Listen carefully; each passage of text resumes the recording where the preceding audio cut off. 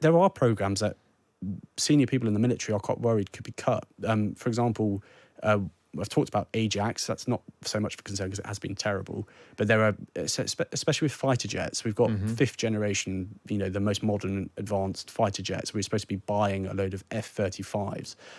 There's question marks about that. And then beyond that, there's the next generation and that's a big deal that we've partnered with Italy and Japan on, and potentially the Saudis coming in. And again, there's big questions over that. And I think what you'll see with Labour is they'll prioritise keeping the current troop numbers because they've spent so long criticising the Tories. But it's those programmes that actually people tell you are really important to our capabilities and our ability to work with the Americans going forward in joint operations and our European partners. And if they get cut, then there are some issues. Let's talk about the proposed smoking ban, because we've been talking about that a bit this morning, and there's been a lot of interest, as indeed there's been all week. My first question, which may be slightly sort of sideways on this, is in a way, it reminds me of the Blair government picking a fight about fox hunting, as in more or less irrelevant to the running of the nation, but something that people get very cross about, and you get a bit of sort of almost like culture war politics about it, which is a useful distraction from everything else. I don't want to call the fox hunting ban a dead cat, because then we get very mixed in our metaphors, but is it basically a dead cat? I don't know. It's a good question, Hugo, but look, if you look at it's interesting you mention New Labour and Blair, because actually I think if you need to look at New Labour in this context as well, because one of the things I think is this a dead cat. You could argue that maybe there was a lot of speculation this week and a lot of reaction to Keir Starmer's speech about the economy, and maybe they wanted this information out there about a proposed smoking ban to distract from that. However, I do think that a lot of the people very high up in the Labour Party are much more interventionist when it comes to public health than the Conservatives. For example, Wes Streeting. And I think actually what this proposal to ban smoking in pub gardens and outside nightclubs, this is a continuation of what New Labour did when they came into government, because they obviously banned smoking in indoor public places. And actually Wes Streeting, the health secretary, has talked a lot about this and the impact that they think it had on health outcomes in the UK. For example, Streeting last year, when Rishi Sunak introduced the original smoking and vaping bill, he talked about the fact that change that New Labour made in 2007 led to 1,200 fewer heart attacks the following year. And actually, since that ban came into place, the number of people smoking has fallen by a third. So I agree with you that, it's different. It's outdoors, and secondhand smoke outdoors is far less damaging. But I think they see that as part of the same process. And it's not necessarily about people breathing in secondhand smoke outdoors. Jackie Smith, the skills minister, was asked about the proposals the other day. And I think Labour have all but confirmed they are going to do this now. They were talking about this is all about the psyche, discouraging the public from smoking and creating as few opportunities as they possibly can to do so. And maybe it's, the uptake as well amongst young people. If they're in public places where people are smoking, they take it up there. So that's where I think it is. Maybe there is a degree. Maybe there is a degree of they think it plays well with their base and they don't care about the dividing lines. I don't know. But I mean, in that case, if it's real and really and sincerely held, which I agree with you, it seems to be, the fact that the sort of the bulk of meaningful criticism, well, meaningful is the wrong word, but powerful criticism Labour's been getting already in its time in office, is this sort of growing belief, normally I would say among lunatics, but nonetheless it is there, that their government represents a meaningful assault on civil liberties, and to announce a policy, so recently post-riots, for example, that leans very, very heavily into that, is just a bit of a surprise. Well, I think it's because we've had 14 years of more liberal Conservative government, and maybe it is a bit of a culture shock there. But I don't think anybody should be massively surprised about the approach that Labour Party is taking. This Starmer administration and its tendencies have always been a bit more interventionist, actually. I do think that you're right, that the reaction has been quite strong. I think the biggest problem for them is not necessarily the likes of Nigel Farage, although I have to say, I think from the conversations I was having earlier this week, I think Reform, Farage's outfit, they have had a lot of contact from pub owners and Sure. small I businesses bet they complaining have, about yeah. it. And I think he sees an opportunity here because for the exact reasons you were saying, that he can paint Starmer as this a liberal prime minister who's taking away your freedoms. And for Labour's voters in the red wall, that's potentially a threat, I think, to Labour. But yeah, I don't know how. I think the most vulnerable area for Labour actually is around the impact on small businesses. You know, your pub landlords, your publicans, and I think the big trade groups such as the Beer and Pub Association and the UK Hospitality. As we get closer to the budget, I think we're going to see a lot of lobbying from them, and you'll see quite stark warnings about the impact and the economic impact on pubs. Now, whether or not that actually transpires in practice, I imagine quite a lot of people, if it does come into play, will just go and smoke outside the pub garden. But but who knows? Well, I guess it also sort of depends on the pub and where it is. To the extent that there is a Conservative Party these days, before we move on from this, where is the Conservative Party on this and where they're likely to be? Because, of course, they had a policy to effectively ban smoking altogether, so it's quite hard to get on a high horse. Well, I think they're in a bit of a pickle at the moment. They have released some criticism of the policy. I think, and obviously we had the situation the other day where Esper McVeigh was invoking kind of Godwin's law a bit, which I thought was probably not the wisest decision on her part. We discussed that earlier, actually. Yes, indeed. But she's sort of drawn back from it a little bit. This is Esper McVeigh. She basically made a direct parallel between banning smoking and the oppressions of the Nazis.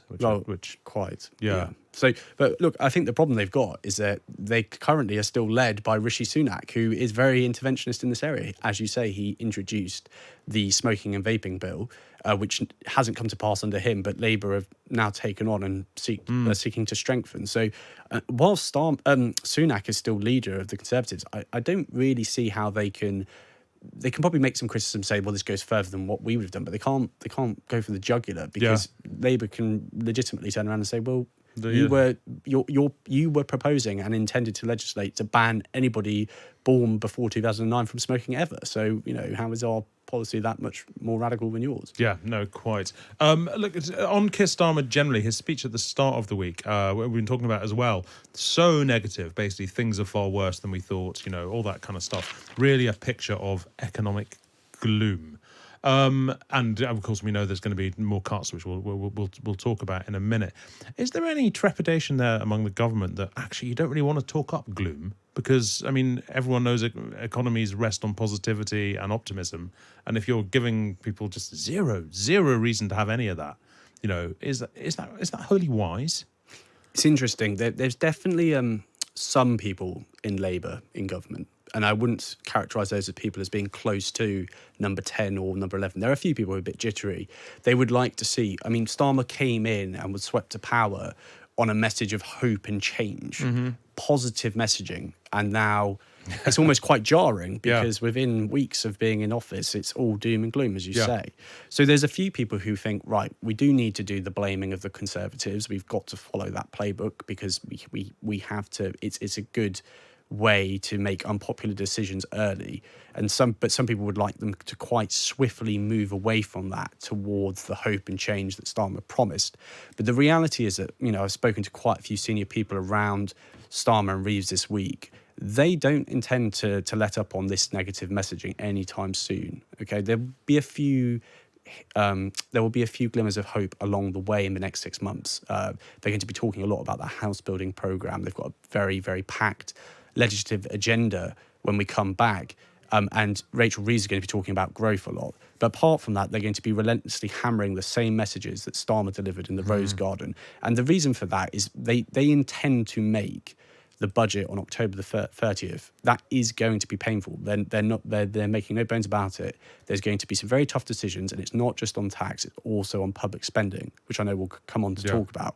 And the reason why they want to make those decisions so quickly is because they see this Parliament as a two-stage process. They think they've got to do the unpopular stuff now. They've got to spend their political capital now, doing what they refer to as fixing the foundations, with the hope that they will finally get to their growth targets for the economy halfway through the Parliament, maybe towards the end of it. And then they can start doing the kind of things that people associate with Labour, with the new Labour government, higher public spending. Exactly. So that is how they see it. And one person close to Starmer this week said to me, look, look at how Keir approached his time as leader of the opposition.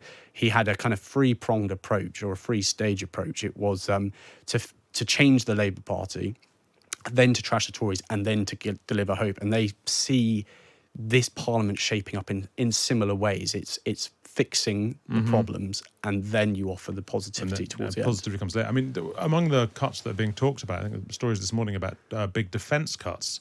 Defence cuts now, at a time when some people would regard us as being a hair's breadth from literally being at war. I mean, that's not going to be easy politics. No, I think that's going to be one of the biggest problems for Rachel Reeves, because we don't only have a budget in October, we have a spending review, just a 1-year spending review. But the reality is, because of the way these big defence projects work, Hugo, these projects take decades sometimes to get, from start to finish. So you can't have confusion. For years now, we've had confusion about MOD budgets and big black holes, things like with the Trident programme. I mean, procurement is just generally regarded as a thing that, it's a farce. It's always a farce. Exactly. Deal with it. Yeah. Now, I think that's where they'll be looking at. There are certain projects in the MOD, like the Ajax armoured vehicle, which we've heard about forever now, which has just been an unmitigated disaster. And the Treasury for a long time has had projects like that in their sights. They just want to kill the projects. But successive Conservative ministers have been worried about the reaction, the accusations that you're risking national security and weakening our armed forces. But I think Rachel Reeves probably will take the view that it's now or never on some of these programmes. But there are really serious arguments to be had. As you say, we're in a period where the country has never felt less safe. It's certainly in my lifetime, and with war in Europe. And there are programmes that senior people in the military are quite worried could be cut. For example, I've talked about Ajax. That's not so much of a concern because it has been terrible. But there are, especially with fighter jets, we've got fifth generation, the most modern advanced fighter jets. We're supposed to be buying a load of F-35s. There's question marks about that. And then beyond that, there's the next generation. And that's a big deal that we've partnered with Italy and Japan on, and potentially the Saudis coming in. And again, there's big questions over that. And I think what you'll see with Labour is they'll prioritise keeping the current troop numbers because they've spent so long criticising the Tories. But it's those programmes that actually people tell you are really important to our capabilities and our ability to work with the Americans going forward in joint operations and our European partners. And if they get cut, then there are some issues. Yeah. Okay. Well, one more before I let you go. A lot of talk this week about Labour's cronyism problems. What's going on there? So basically, we had an announcement yesterday. That story has been developing. We had an announcement, the Civil Service Commission. Now, that's kind of the watchdog that makes sure that senior civil servant appointments are done by the book. They are now asking the individual departments, to make clear to them any appointments that they've made. And it's a quite a complicated process, but basically, secretaries of state are allowed to appoint people to the civil service at certain grades without having to go to the commission for permission. And these are called the exceptions. Yep. But what the departments have to make sure is that if they don't go to the watchdog, they have to be absolutely sure there's no conflicts of interest or propriety issues that could arise that would call into the question the impartiality or suitability of the candidate. Now, what we've obviously seen is that there's been lots of reporting that some of the people appointed to these roles are politically affiliated with the Labour Party in one way or the other, or they've donated to the party. So the Commission is now looking into this. It's unclear right now what they're going to find, but clearly the Commission is sufficiently concerned that they feel they need to be appraised of the full facts. So I think let's see what happens. But if we just take the most high-profile case, which was a Labour donor called Ian Caulfield, who was appointed to the Treasury, he's already had to resign from that post and take on an unpaid role because the Commission, he did go through the Commission, but the Treasury and Rachel Reeves did not tell the Commission that he had donated. So if we're judging it by that case alone, then who knows? They could find some pretty uncomfortable facts in all of this. That's interesting because this started off, I felt, looking like quite a thin story, and it might seem to be thickening out a bit, shall we say? Look, Harry Yorke, thank you very much indeed, and you can of course read more from Harry, who is the Sunday Times deputy political editor, in the paper tomorrow or with the digital subscription via thetimes.com.